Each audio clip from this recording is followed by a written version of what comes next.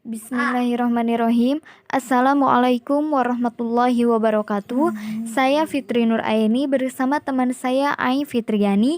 Kami dari kelompok 1 akan mempresentasikan tentang fungsi dan peran keluarga dalam proses pengasuhan dan perawatan anak usia dini. Baiklah teman-teman, marilah kita buka presentasi ini dengan bacaan basmalah bersama-sama. Teman-teman, saya akan mengawali presentasi ini dengan memaparkan mengenai keluarga terlebih dahulu.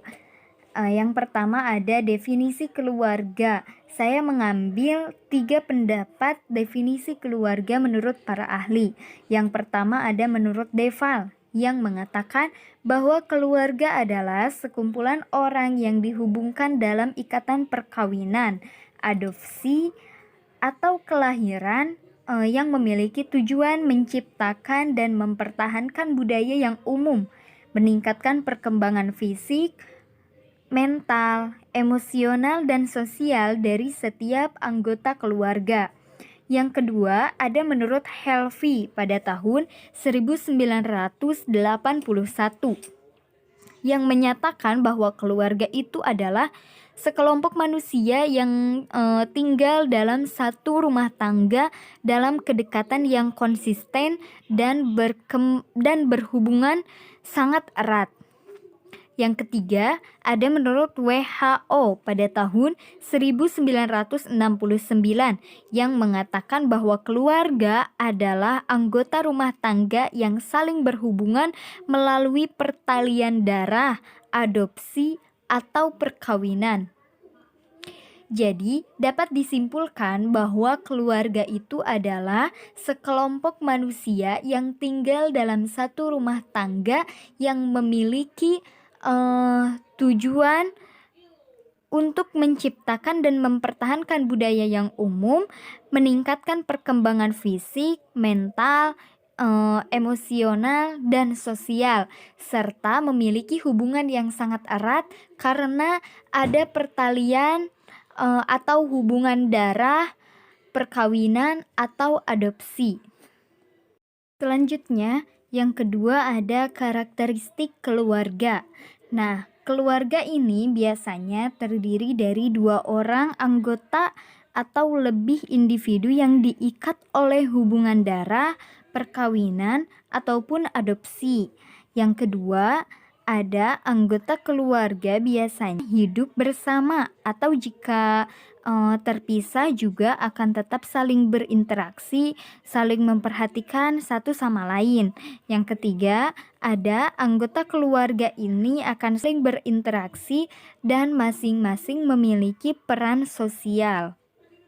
Yang keempat, ada karakteristik keluarga itu mempunyai tujuan menciptakan dan mempertahankan budaya serta meningkatkan perkembangan fisik, psikososial, dan sosial keluarga yang lain. Kemudian yang ketiga ada tipe keluarga. Menurut Sasmon pada tahun 1974 dan McLean pada tahun 1988 dalam Sasongko pada tahun 2017 mengatakan bahwa tipe keluarga itu ada 2 macam. Yang pertama ada keluarga tradisional di mana di dalamnya terdapat keluarga inti, yang mana keluarga inti itu termasuk ayah, ibu, dan juga anak. Yang kedua ada keluarga besar. Yang ketiga ada keluarga inti ditambah anggota keluarga lain yang masih memiliki hubungan darah seperti kakek, nenek, paman, bibi, dan yang lain sebagainya. Kemudian tipe keluarga yang kedua ada keluarga non-tradisional. Nah, keluarga non-tradisional ini yang pertama ada pasangan yang memiliki anak tanpa ikatan pernikahan. Yang kedua, ada pasangan yang hidup bersama, hidup satu rumah, satu atap, satu tempat tinggal, tanpa ada ikatan pernikahan juga. Yang ketiga, ada keluarga homoseksual. Nah, maksud dari homoseksual ini seperti gay atau lesbian ya, yang cewek dan cewek, yang cowok bersama cowok juga. Kemudian yang terakhir ada keluarga komuni. Nah, keluarga komuni ini adalah keluarga yang lebih dari satu pasang monogami dengan anak-anak secara bersama-sama menggunakan fasilitas serta sumber-sumber yang lain. Selanjutnya, ada pola pengasuhan anak dalam keluarga.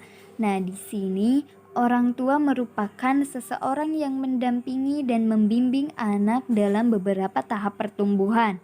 Derajat mengasuh anak artinya mendidik dan memelihara anak. Mengapa kok orang tua disebut memiliki derajat mengasuh dalam mendidik dan memelihara anak? Nah, karena orang tua ini adalah seseorang yang bisa memberikan kesiapan kepada anak untuk menghadapi masa depannya.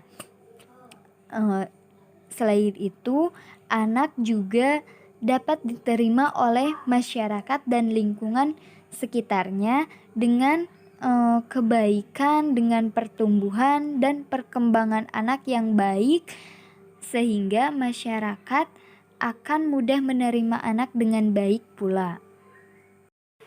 Jika tanpa pengasuhan dan perawatan yang baik dari seorang ayah, ibu, ataupun keluarga yang lain, maka pertumbuhan dan perkembangan anak tidak akan sebaik yang diharapkan, baik itu dalam segi kognitif, fisik motorik, sosial emosional, ataupun psikososial anak. Dalam pola pengasuhan, ada pola-pola yang harus diperhatikan oleh orang tua dan keluarga yang lain. Nah, seperti yang pertama ada pola asuh otoriter, di mana pengasuhan ini dilakukan dengan cara memaksa, mengatur, dan bersifat keras. Orang tua cenderung menuntut anaknya agar mengikuti semua kemampuan dan perintahnya. Jika seandainya anak tidak mentaati atau tidak menuruti apa yang diperintahkan oleh orang tua, apa peraturan yang telah diterapkan dalam keluarga tersebut, maka anak akan diberikan punishment, akan dijatuhkan hukuman oleh orang tua, sehingga anak tidak akan merasa percaya diri dengan apa yang anak lakukan. Kemudian yang kedua ada pola asuh permisif, di mana pola pengasuhan ini dilakukan dengan memberikan kebebasan terhadap anak, sedangkan orang tua kurang peduli atau bahkan tidak peduli sama sekali terhadap perkembangan anak. Ya, cenderung lebih memanjakan anak. Apa yang anak inginkan orang tua selalu berikan. Apa yang anak lakukan, orang tua tidak memperdulikan apa yang sedang anak lakukan. Mau boleh itu yang positif ataukah yang negatif, orang tua tetap tidak memperdulikan apa yang sedang dilakukan oleh anak. Yang ketiga, ada pola asuh demokratis, di mana orang tua memberikan kebebasan tetapi juga orang tua memberikan bimbingan kepada anak. Nah, jadi anak itu dipersilakan untuk mencari jati dirinya sendiri, tetapi orang tua lebih memperhatikan dan memberikan bimbingan bagaimana untuk menanamkan kepercayaan diri terhadap anak itu sendiri. Kemudian selanjutnya ada fungsi keluarga dalam menerapkan pola pengasuhan kepada anak. Yang pertama, ada fungsi biologis, di mana keluarga menjadi tempat untuk memenuhi kebutuhan dasar seperti sandang, pangan, dan papan dengan syarat-syarat tertentu. Keluarga juga memiliki fungsi untuk mengatur pola makan anak, mengatur gizi anak, mengatur bagaimana anak agar hidup sehat. Nah, kemudian yang kedua ada fungsi pendidikan, di mana keluarga diajak untuk mengkondisikan kehidupan keluarga sebagai institusi pendidikan, sehingga terdapat proses saling berinteraksi antara anggota keluarga.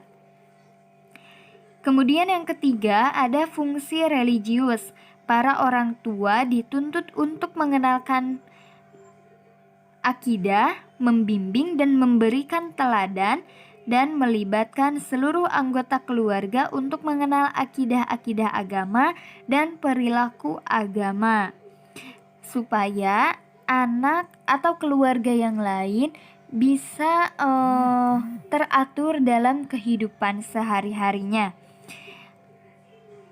Yang keempat ada fungsi perlindungan. Fungsi perlindungan ini untuk menjaga dan memelihara anak dan anggota keluarga dari tindakan negatif yang mungkin akan timbul.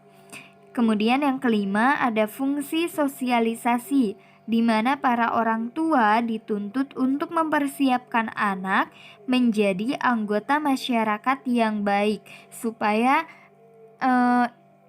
pada masa remaja atau dewasanya anak bisa diterima di masyarakat dan lingkungan sekitarnya dengan baik. Kemudian yang keenam ada fungsi kasih sayang, di mana keluarga harus dapat menjalankan tugasnya menjadi lembaga interaksi dalam ikatan batin yang kuat antara anggotanya. Kemudian yang ketujuh ada fungsi ekonomi. Nah, fungsi ekonomi ini keluarga berkaitan dengan pencarian nafkah. Yang kedelapan atau yang terakhir ada fungsi rekreatif, di mana keluarga mengajak atau memberikan ketenangan kepada anak. Ketika anak itu hari libur libur sekolah, anak diajak untuk rekreasi, anak diajak untuk menenangkan pikirannya supaya anak itu tidak merasa stres. Baiklah teman-teman, selanjutnya akan dilanjutkan oleh Ai Fitriani dalam link berikutnya.